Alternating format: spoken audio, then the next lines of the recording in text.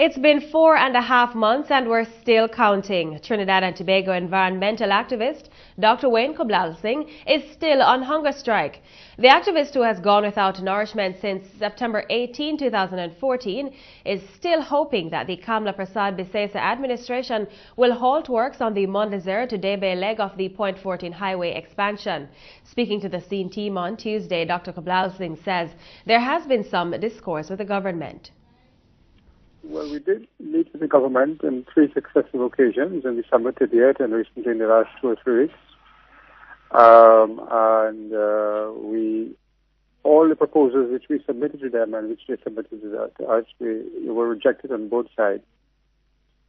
So we've written them a final report, and we expect a reply today. I finally delivered a letter to the Prime Minister personally and to others, to the Chief Ministers. I'll be waiting an outcome for that, but the hunger strike continues. While many consider Dr.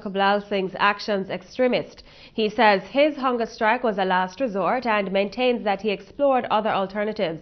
He says that especially in an election year, he had expected there to be greater levels of compromise.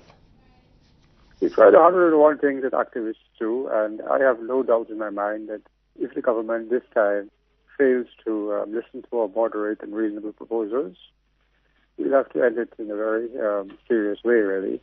Well, that's what we're trying to do. We're trying to make it clear to them that they're very vulnerable politically now. So they really need to sit down and devise a system of mediation. But they have rejected that, and we have also proposed to them an eminently practical solution, and they have also rejected that. So it's just rejection upon rejection and procrastinations. We've reached and done as much as we could do. We thought that it would have been the wisest thing to accept, because it's basically 3 parts of the segment, and we propose that they complete 2 parts of it, leave our disputed segment until the courts decide, or until they can see what's happening economically with the financial situation, until the elections are resolved. But they've refused all of those offers. Dr. Singh seems to have defied the odds, as he has almost completed 5 months on this hunger strike. He explains how. I can't really say what day, but it's been a very long time, and I've written a lot of books. I've written about 3 or 4 books and essays. But how am I able to do it? I've just used the same old means. Perhaps I've cheated by going to the health center and getting some drips at one point.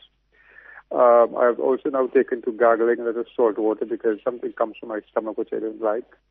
But it's really, really fast, deep meditation and prayers and cheating really the atmosphere for moisture, for little drips of dew, and that's how I'm doing it, basically, a survival technique which I myself am skeptical about myself when I find that I'm living so long. But my body just keeps going. I'm hibernating at the moment. Despite his waning health, Dr.